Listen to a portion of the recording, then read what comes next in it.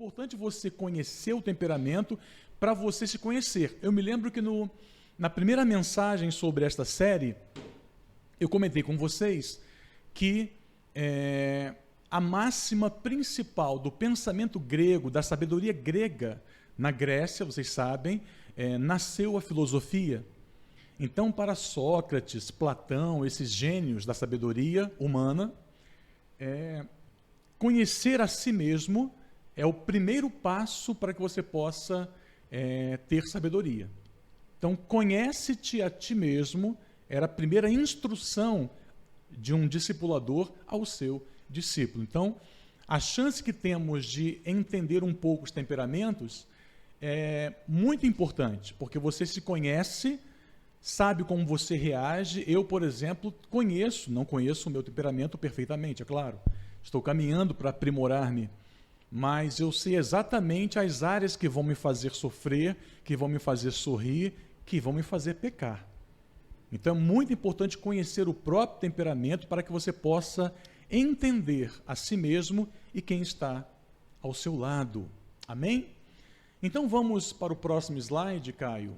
Quais são os pontos fortes do temperamento melancólico? Antes de falar sobre esses pontos, eu vou repetir mais uma vez. Não se deixe levar pela associação do nome ao temperamento. Porque a palavra melancolia ou melancólico tem um tom pejorativo. Ou seja, parece que a pessoa melancólica é sempre triste, e não é verdade isso. Melancólico tem alegria, ele exerce alegria.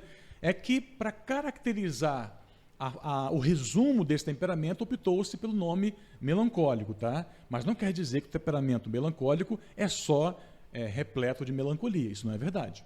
Então, quais são os pontos fortes do temperamento melancólico? Ele é um adorador nato. Que coisa linda. A pessoa que tem um temperamento melancólico adora com muita facilidade e com muita profundidade. Não me refiro apenas a uma adoração técnica, tocar bem um instrumento, cantar bem uma música. Eu falo da adoração genuína, porque a palavra adorar, no original, significa prostrar-se com o rosto em terra. Então, o melancólico tem essa sensibilidade para adorar a Deus como Deus merece ser adorado. Ele é obediente, ele entende a importância de obedecer a uma direção do Senhor, possui fé de entrega absoluta. Quando Deus quer que algo seja feito muito rapidamente, ele pede para o sanguíneo. Quando ele quer que algo seja feito de forma prática, direta, incisiva, ele pede para o colérico. Quando Deus quer que algo seja bem planejado, organizado, delineado, ele chama o fleumático. Mas quando ele quer que alguém exerça uma fé de entrega intensa, ele chama o melancólico. Então é natural, embora a fé seja um dom, embora todos nós tenhamos fé, mas a fé do melancólico é uma fé bem mais profunda. O melancólico é compreensível, é sensível pela causa dos outros. Se há alguém que ouve as pessoas e se sensibiliza pela causa dessas pessoas, é o melancólico. O melancólico é uma pessoa muito sensível à causa dos outros. É aquela pessoa que vê alguém na rua passando fome, ele leva um lanche. Passando frio, ele doa o próprio casaco. Ou seja, é uma pessoa de muita entrega. Ele é sensível pela causa dos outros. Ele é reflexivo e analítico. É uma pessoa que compreende a vida como ninguém. Porque ele é introspectivo, ele é muito pensativo, ele consegue pensar a vida, não de forma superficial, mas bem profunda. E isso é importante, porque às vezes há questões na igreja que envolvem profundidade. São mais profundas, e Deus usa o melancólico para poder trazer à sua igreja essa verdade tão importante. É leal e fiel, é criativo. Normalmente, eu acho que eu cito aqui, olha, e tem ótima desenvoltura no campo das artes. Normalmente, os grandes compositores têm uma tendência de ser melancólico. Inclusive a melodia menor, os acordes menores, que traz uma melodia mais introspectiva, mais íntima, é uma característica da melodia que toca o coração. O melancólico tem essa habilidade de compor canções, de escrever poemas, de interpretar uma cena e tocar os corações, porque de fato ele é extremamente criativo e tem ótima desenvoltura no campo das artes. Dificilmente ele é surpreendido. Como ele é analítico, ele conhece as coisas, dificilmente ele vai ser pego de surpresa, porque ele conhece o que acontece ao seu redor. Ele não é uma pessoa distraída, uma pessoa que, meu Deus, aconteceu isso? Eu não sabia, não. Ele se informa, ele se entera do que está acontecendo. É muito difícil pegar um melancólico com uma surpresa. Sente a vida, como eu disse, profundamente. Se alguém que sente a vida, o valor da vida, o valor da salvação, o valor da graça, essa pessoa tende a ser melancólica. Amém? Então são pontos fortes, extrema qualidade para o melancólico. Agora, temos também, em contrapartida, os pontos fracos ou as limitações. Quais são elas? O melancólico, ele é tímido. Na Bíblia, além de Abraão, que será o nosso personagem bíblico como referência, o pastor Timóteo também era melancólico. Ele tinha um temperamento muito tímido. Até que Paulo falou para ele: Timóteo, Deus não nos deu espírito de timidez e de medo, mas sim de coragem e moderação. Então Paulo, que era colérico, sempre encorajava Timóteo a vencer a timidez. Ele deprime com facilidade. A depressão, na verdade, é uma defesa do nosso organismo. Não é simplesmente uma doença, ela pode tornar-se uma doença. Mas muitas vezes a tristeza que nós sentimos é Deus tocando em nosso coração para nos levar à reflexão. Porque se você ficar alegre o tempo todo, você não vai conseguir sentir a vida como deve ser sentida. Então, muitas vezes, Deus permite uma situação que traga tristeza ao seu coração para que você possa pensar a vida, pensar, refletir. E isso é bom, isso é saudável. Você avalia o seu comportamento, a sua vida familiar e assim por diante. Mas ele deprime com facilidade, tem que ter cuidado. Porque a depressão, por um lado, nos leva a uma reflexão, por outro lado, nos paralisa e nos impede de viver o que Deus tem para nós. Ele é pessimista, ou seja, ele tende a ver sempre o lado escuro da força, sempre o lado difícil da realidade. Essa é uma tendência do melancólico, tem que trabalhar nisso, Deus tem que trabalhar nele. Exagera os problemas, às vezes um problema está acontecendo, meu Deus, o mundo vai acabar. Né? Às vezes um problema financeiro, quebrei, fui à falência. Às vezes é uma doença, meu Deus do céu, vou morrer. Então tem que ter esse cuidado para que esse exagero não afete a sua convivência. É um pouco egocêntrico, porque ele é muito analítico, observador. Ele tende a se colocar no centro de uma discussão. Então ele tem que trabalhar isso também. Tenta esconder os sentimentos.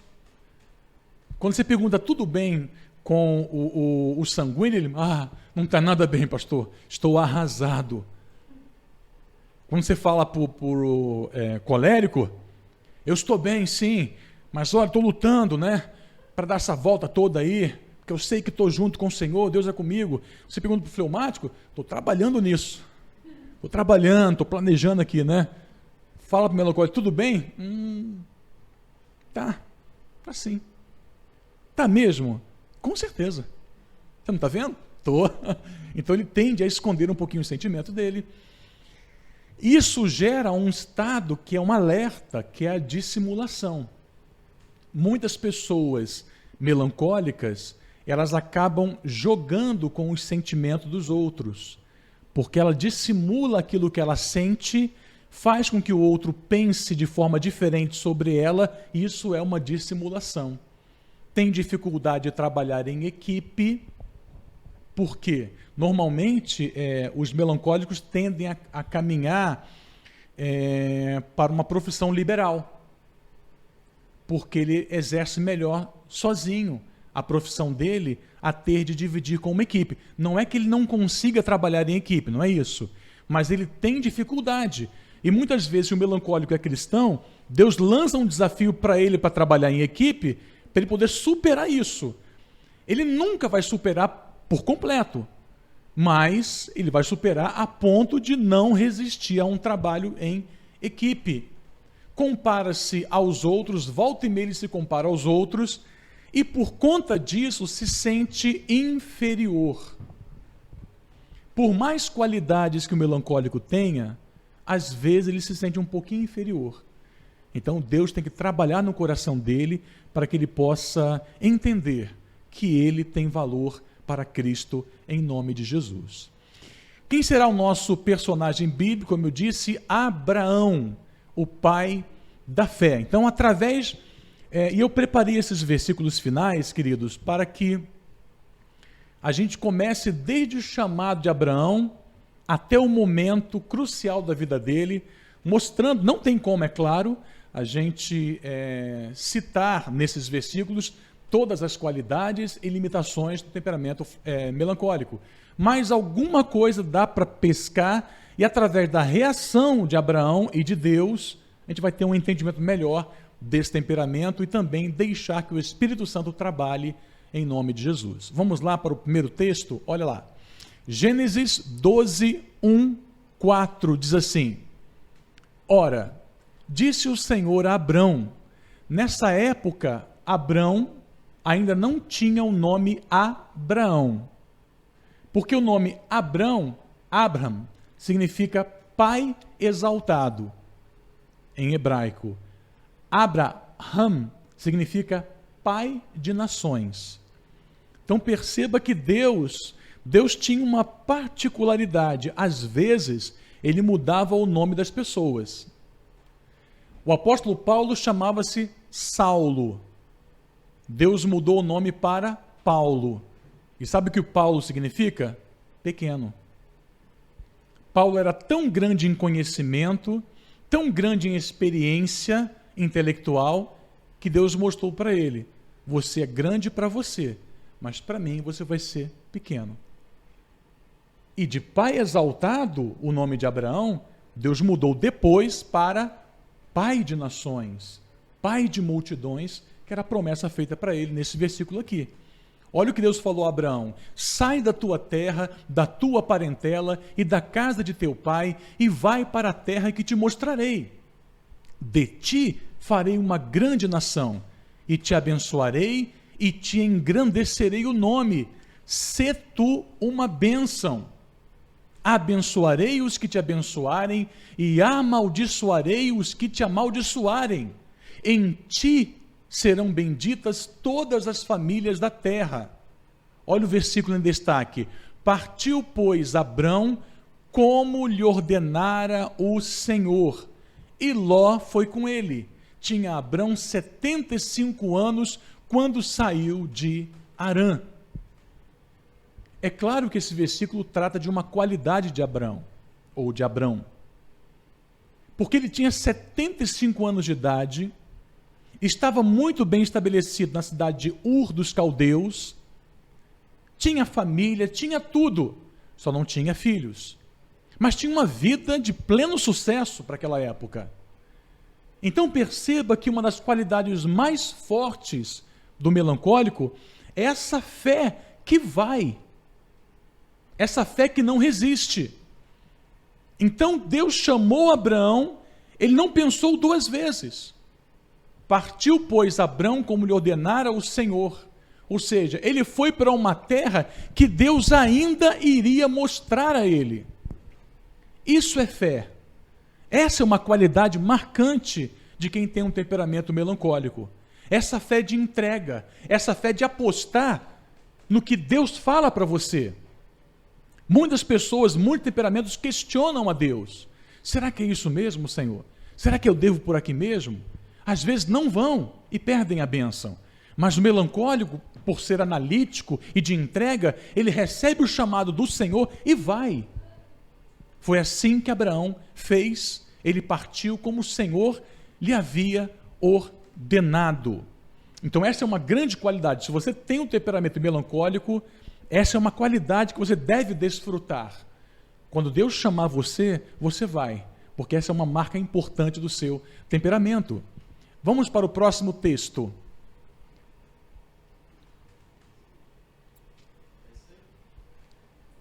É verdade, parece muito com o anterior, o comecinho. Obrigado. Gênesis 13, 14, 18. Disse o Senhor a Abrão, depois que Ló se separou dele: ergue os olhos e olha desde onde estás para o norte, para o sul, para o oriente, para o ocidente. Deixa eu abrir um parênteses aqui. O contexto desse conjunto de versículos é o momento em que Ló e Abraão se separaram. Ló era sobrinho de Abraão. Ló escolheu as campinas do Jordão, onde estavam as cidades Sodoma e Gomorra, e Abraão escolheu a área mais desértica daquela terra. E Abraão, naquele momento, ele sentiu um pouco de tristeza por perder o sobrinho, por haver divergência entre os pastores de Ló e os pastores de Abraão. E Abraão, como um bom melancólico, disse: Ló, escolhe para onde você quer ir. Se você for para a direita, eu vou para a esquerda, se eu for para o norte, eu vou para o sul. Ló escolheu as campinas do Jordão. Abraão foi para o lado oposto. Esse é o contexto do texto. Então, quando Deus chamou Abraão, nesse momento aqui, ele disse: Abraão, ergue os olhos e olha desde onde estás para o norte, para o sul, para o oriente, para o ocidente. Porque toda essa terra que vês, eu te darei. É um termo até arcaico, né? Eu darei a ti e a tua descendência para sempre. Farei a tua descendência como o pó da terra, de maneira que se alguém puder contar o pó da terra, então se contará também a tua descendência. Levanta-te, percorre essa terra no seu comprimento e na sua largura, porque eu a darei a ti. E Abrão, mudando as suas tendas, foi habitar nos carvalhais de Mamre, que estão junto a Hebrom, e levantou ali um altar ao Senhor. Lembram-se da primeira característica, primeira qualidade do temperamento melancólico? Ele é um adorador nato. Eu não tenho tempo aqui para poder descrever para vocês, mas durante a vida de Abraão, por onde ele passava, ele erguia um altar. Ele mudou as suas tendas, e quando ele chegou perto dos carvalhais de Mamre, ele levantou um altar ao Senhor. O que diz isso sobre o temperamento do melancólico? É aquele que não perde a chance de, em algum momento, onde estiver, ele ergue um altar de adoração ao Senhor.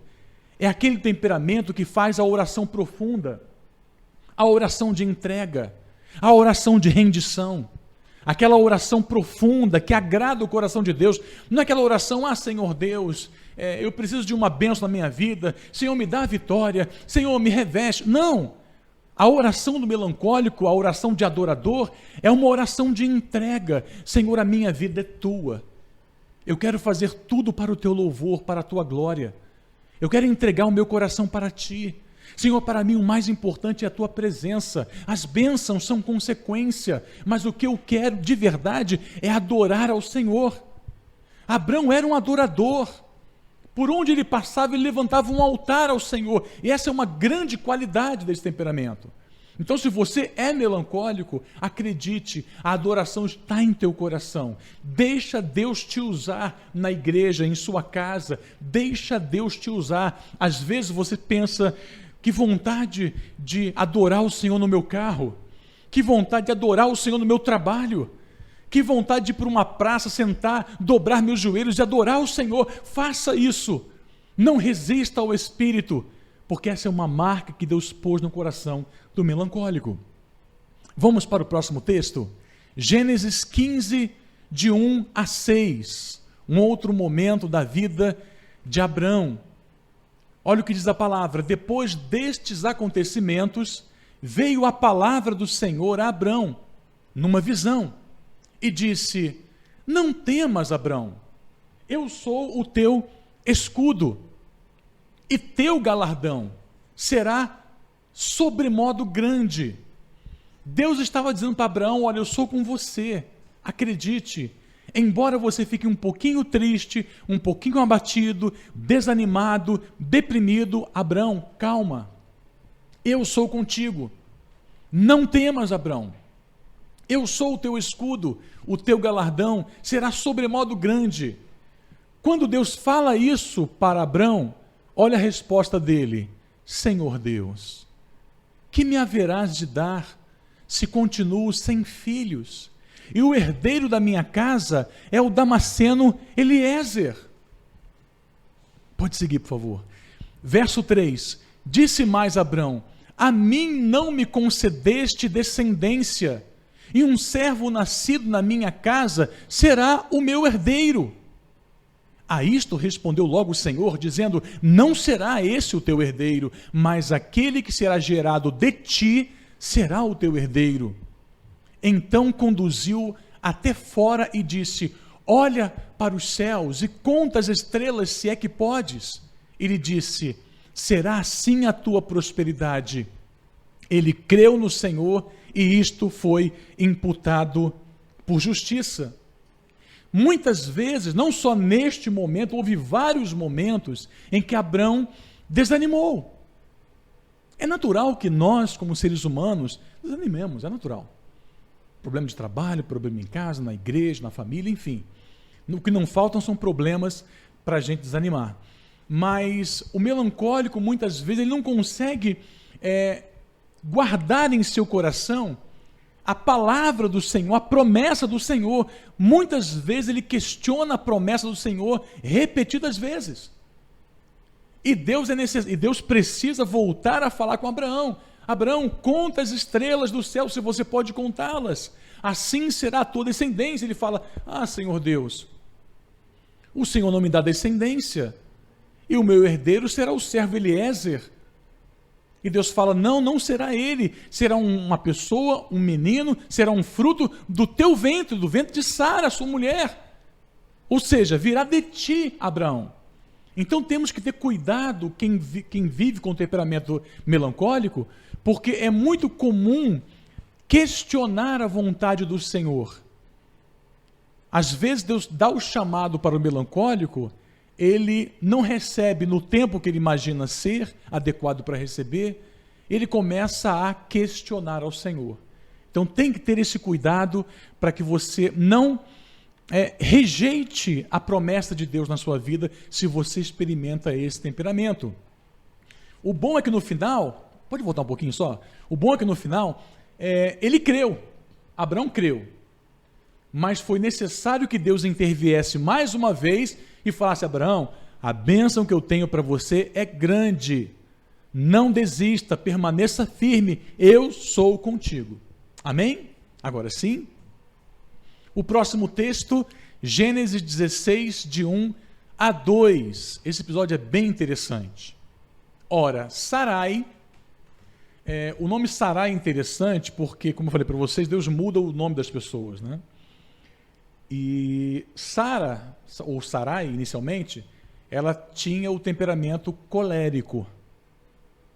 E o colérico tem um temperamento dominante sobre as demais pessoas. E, coincidência ou não, o nome Sarai significa contenciosa. Aquela pessoa que contende por qualquer coisa, né? Ela gera contendas. E depois Deus mudou o nome para Sara, que significa princesa. Deus mudou o nome de Abrão, pai exaltado, para Abraão, pai de multidão, e mudou o nome de Sara, de Sarai, contenciosa, para Sara, princesa. Lindo isso, né? Ora, Sarai, mulher de Abrão, não lhe dava filhos. Tendo, porém, uma serva egípcia, por nome Agar, disse Sarai a Abrão: eis que o Senhor... Só que, na verdade, eu imagino Sara falando assim, né? Eis que o Senhor me tem impedido de dar à luz filhos. Deus fechou a minha madre, Deus fechou o meu ventre, Abrão. Toma logo a minha serva, e assim me edificarei com filhos por meio dela. O colérico é muito assim. Deus não abençoou Abrão. Estamos esperando para quê? Vamos ser práticos. Eu tenho uma serva, Agar, ela é egípcia, deite-se com ela, e os filhos que dela nascer serão meus, já que ela é minha serva, é minha escrava. Olha o texto em amarelo. E Abrão anuiu, concordou com o conselho de Sarai. Abrão aceitou ter um filho com a serva egípcia. Nada contra uma serva egípcia, nada contra, não era a pessoa. Deus não era contra Agar. Se você continuar a história depois, que o filho de Agar nasce por nome Ismael, você vai ver que Deus abençoou Agar e também abençoou Ismael. Não era por causa da pessoa, era por causa da desobediência. A pessoa que tem temperamento melancólico, ela acaba concordando com os outros de mais do que deveria. Por ela não ter um posicionamento mais firme nas suas decisões, ela acaba sendo influenciada com muita facilidade. Abrão era melancólico e Sara era colérica. Então, se você é melancólico e é casado com um colérico ou com uma colérica, fique atento ao que Deus tem para a sua vida, para que você não aceite uma direção que não é de Deus para você. Às vezes, um líder numa empresa que é colérico tenta impor sobre o melancólico a sua vontade, doa quem doer. Mas não é assim que funciona. Não é assim a vida. Se você é melancólico, guarde o teu coração, para não receber dos outros aquilo que não é direção de Deus para a sua vida. Então Abrão concordou com o conselho de Sara. Deus não se agradou disso, porque Abraão buscou um atalho. Para o colérico, o atalho é tudo, porque ele é prático. Ele quer sempre encontrar um atalho. Só que muitas vezes este atalho te leva a uma porta de maldição e não de bênção. Então é importante, se você é melancólico, guardar o teu coração e só deixar que Deus fale aos seus ouvidos. Não aceite direção que Deus não propôs para a sua vida, em nome de Jesus. Vamos seguir? Gênesis 18, 22 a 25, mais um episódio na vida de Abraão. Então partiram dali aqueles homens e foram para Sodoma. Deixa eu contextualizar um pouco esse versículo, para vocês entenderem mais. Houve um momento em que, tudo isso é uma sequência cronológica, tá? Abraão estava acampado nos carvalhais de Mane, quando 3 homens apareceram para ele. E ele identificou que eram 3 anjos. E muitos teólogos concordam que um desses anjos era Jesus Cristo. Ou seja, Abraão experimentou uma cristofania, uma aparição de Cristo no Antigo Testamento.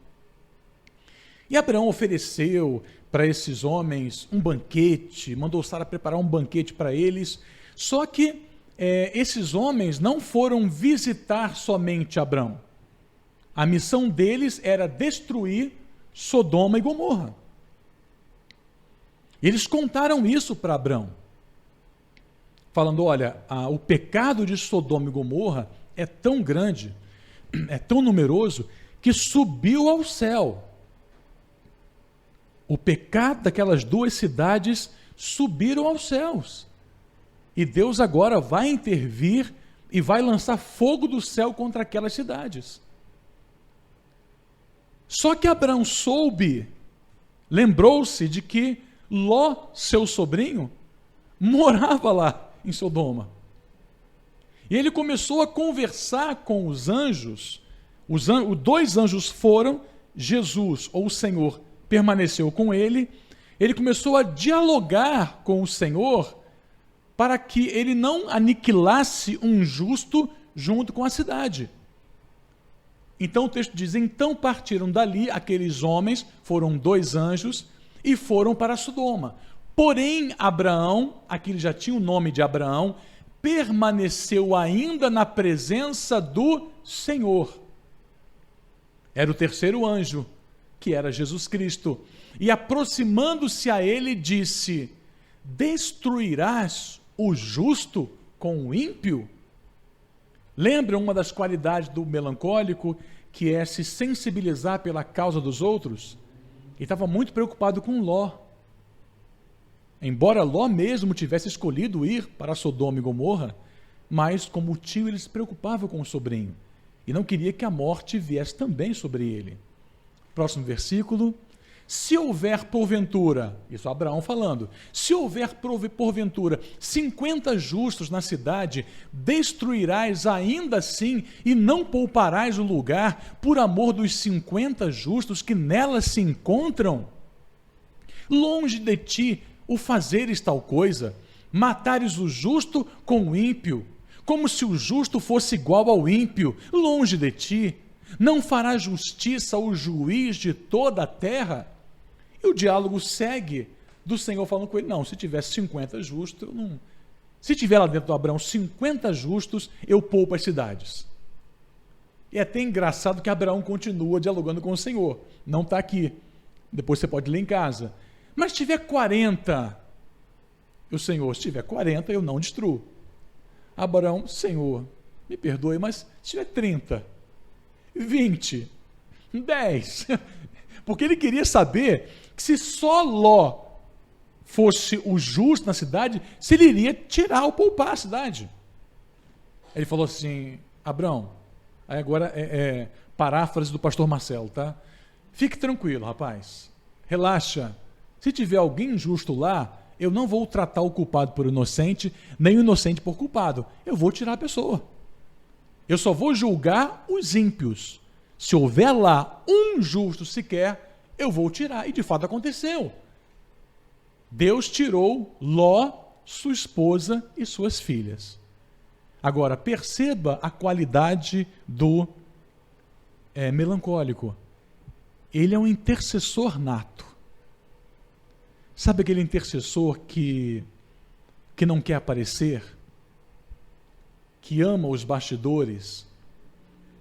Que sabe que a oração que ele faz, no caso da intercessão pela igreja, a oração que ele faz pela igreja é uma oração importante, que tem valor. Sabe aquela pessoa que tem prazer de entrar na presença de Deus? Boa parte dos intercessores tem um pouco do temperamento melancólico, porque são adoradores, eles se entregam, eles se envolvem. Se você tem um temperamento, se alegre no Senhor, porque Deus muitas vezes usa a sua vida para poder abençoar o reino. Vamos seguir? Gênesis 20, de 1 a 3, diz assim a palavra do Senhor. Partindo Abraão dali para a terra do Neguebe, habitou entre Cádiz e Sur, e morou em Gerar. Disse Abraão de Sara, sua mulher, ela é minha irmã. Assim, pois, Abimeleque, rei de Gerar, mandou buscá-la, e buscá-la como mulher. Então, olha a situação. Muitas vezes, o melancólico tem dificuldade de contrariar os outros, tem um pouco de medo do que pode acontecer se ele se revelar. Lembra que eu falei um pouco dissimulado, esconde os sentimentos. Se o melancólico não for tratado pelo Espírito Santo, aliás, se nenhum temperamento for tratado pelo Espírito Santo, não tem jeito. Se ele não for tratado pelo Espírito, a tendência é que ele use de subterfúgios para poder mascarar o que ele sente, para poder esconder a sua realidade. Foi exatamente isso que Abraão fez. Tem que ir já, filho. Obrigado. Tem aqui, ó. Só vou tomar agora, tá? Obrigado. Obrigado. A gente vai falando, se esquece de beber água, né? Então, Abraão, que era melancólico, teve medo das cidades ao redor e ficou com receio de falar que Sara era sua esposa. Agora, eu acho que naquela época a alimentação tornava as mulheres muito bonitas, porque Abraão tinha 75, Deus quando chamou Abraão tinha 75 anos, e Sara na casa dos 60, tá? Quer dizer, Sara estava chegando ali pelos 70 anos, e Abimeleque mandou buscar Sara. Então, ou ela dormia no formol, alguma coisa tem, não é? Porque, olha, ou ele tinha um elixir da juventude, alguma água especial, lama do Egito, lama do Rio Jordão, sei lá. Alguma coisa acontecia, porque Abraão ficou com receio. Sara era tão bonita que ficou com receio de alguém querer matá-lo por conta da beleza de Sara. Então falou, é minha irmã. E Abimeleque foi lá mandar buscar Sara.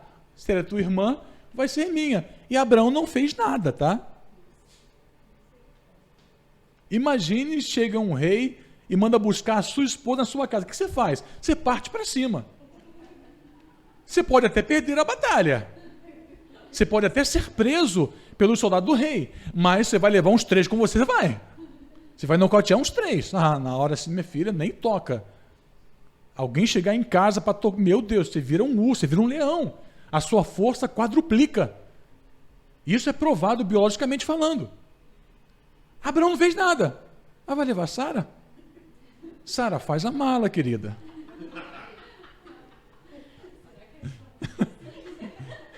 Eu queria estar lá para saber.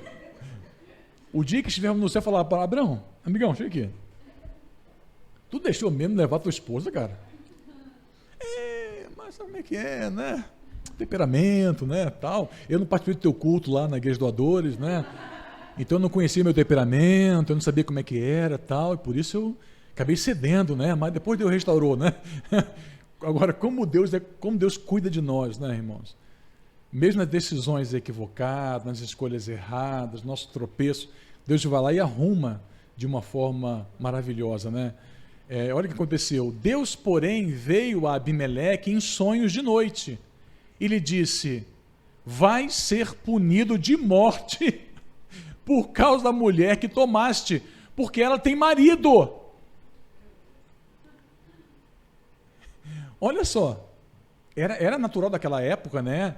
Tomar uma esposa, oferecer. Não foi tomada à força, tá? Foi feita a corte por Sara. Abraão não fez nada, era irmã, ele tomou para si. Mas Abimeleque não se deitou com Sara. E Deus alertou. E o texto continua falando que Abimeleque, mas Senhor, para mim era irmã dele. Não, é mulher de Abraão, é meu servo, não faz isso não. Vai dar ruim para você. Vai dar PT, perda total. Vai ser perda total para você. Entenda que muitas vezes o melancólico vai deixando as coisas passar e não toma uma atitude, não toma uma providência. Então é importante você entender que esse temperamento é uma bênção, é um adorador, mas muitas vezes ele se esconde.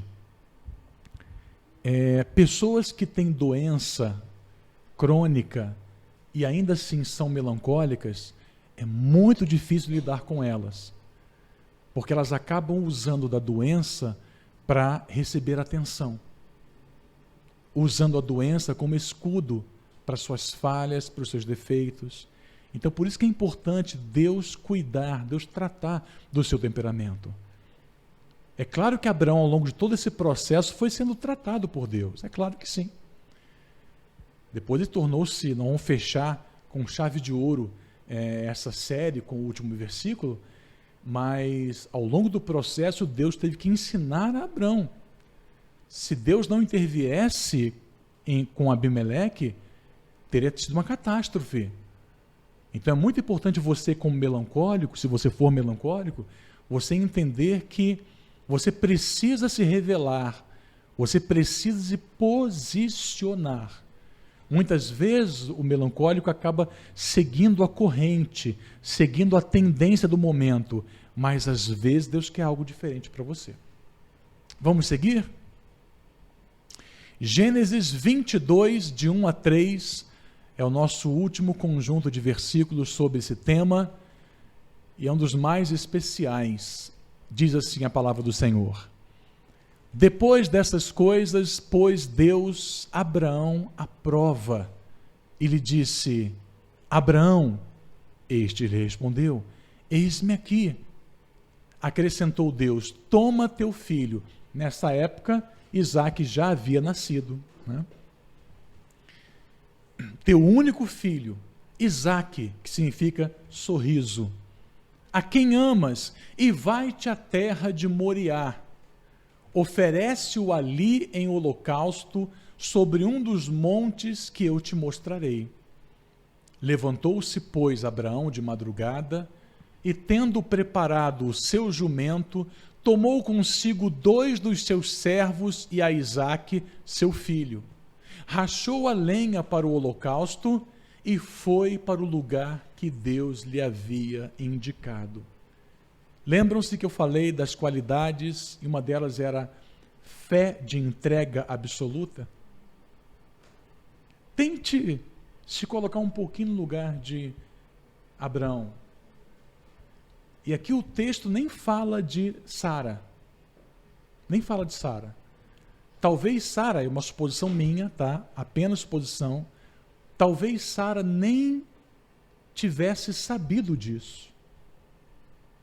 Talvez Abraão tivesse levado Isaque.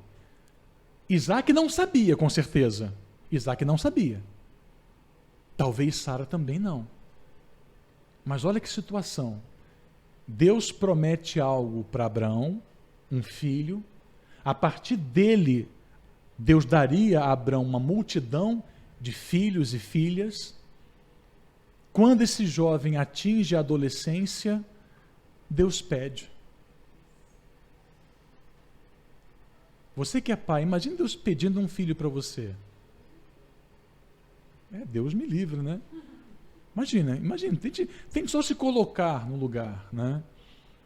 Tem 2 situações interessantes com relação ao amor de pai, ao amor de Deus. Uma é que Deus não deixou Abraão sacrificar Isaque. Quando Abraão ia cravar o cutelo, o anjo bradou: Abraão, não faças isso. Já vi que você tem uma fé que agrada o meu coração. Essa fé profunda, absoluta, que nasce no coração do melancólico, é muito importante para Deus. A gente só pode entender a atitude de Abraão se nós nos colocarmos no lugar dele. Outra questão também interessante sobre esse amor que Deus tem por nós é quando a gente vê um assassino, um estuprador, uma pessoa que comete um crime gravíssimo contra alguém, quem quer que seja. E na nossa concepção humana, essa pessoa deveria pegar prisão perpétua, forca, cadeira elétrica, o que fosse. Tamanha a nossa revolta quando isso acontece. Eu também me revolto com isso. Mas certa vez, um amigo me disse: Deus também ama essas pessoas. E ele me contou uma situação que mexeu muito comigo. Ele falava assim, falou para mim: quantos filhos você tem? Eu falei: 3. Algum dos 3 te deu mais trabalho? Eu falei: deu. Ele falou assim: não, eu não vou falar com a sua família, não. Mas imagine uma pessoa, e depois você se coloca no lugar dela, que tenha 3 filhos. 2 filhos são ótimos, obedientes, carinhosos, educados, respeitadores, são filhos assim exemplares. Mas o 3º filho é revoltado, contraria você em tudo, faz coisas que desagradam o coração do pai e da mãe, age de má fé. Você chama a atenção desse filho? Aí eu falei: claro que eu chamaria a atenção dele. Tentaria corrigi-lo? Claro que eu tentaria. E se Deus chegasse para você e falasse assim: Marcelo, desses 3 filhos fictícios, qual deles você entregaria para mim? Se eu te pedisse um filho, qual dos 3? Eu vou te ajudar. Você tem 2 filhos muito bons, hipoteticamente falando, tá, queridos? É bom lembrar. E um filho muito ruim. Me dá o filho ruim. Eu vou te ajudar nessa escolha. É só me dar o filho ruim. O filho que desobedece, o filho que responde, o filho que acusa, o filho que não faz nada para ajudar em casa. Dá esse filho para mim. Você daria? Ué, mas não é o filho ruim? Não é o filho que dá mais trabalho para você? Mas é seu filho, não é? Você o ama da mesma forma como ama os demais. Para um pai, para uma mãe, não importa o temperamento do filho ou as qualidades deles, ou os defeitos. Eles amam igualmente. Então, por que Deus não amaria um assassino? O melancólico tem essa percepção mais apurada, como Abraão tinha. Ele sabia da promessa de Deus. Ele tinha um amor profundo por Isaac. Mas como melancólico é um adorador nato, ele sabe que Deus é muito maior na sua vida do que todas as coisas. Então, por isso que ele se dispôs a matar, a sacrificar Isaac. Porque no coração de Abraão, Isaac era muito importante, mas Deus era mais. Então, essa é uma qualidade marcante no coração do melancólico. Então, se você é melancólico, alegre-se no Senhor, porque certamente Deus vai usar a sua fé não para sacrificar um dos seus filhos, claro que não, porque o maior sacrifício, o último, o verdadeiro, o final, o absoluto, Jesus já fez por nós. Então a minha oração neste momento é que, se você tem temperamento sanguíneo, melancólico, fleumático ou colérico, não é isso o mais importante. O mais importante é você aprender a consagrar o seu temperamento a Deus, para que Deus trabalhe nas áreas que são deficitárias, nas áreas onde há limitação. Todo temperamento tem qualidades e tem limitações. Se você deixar que o Espírito Santo trabalhe no seu temperamento, eu tenho certeza absoluta que você vai ser bênção onde você passar. Amém? Feche seus olhos, eu vou orar por você agora. O Senhor Jesus, Cristo, move as montanhas.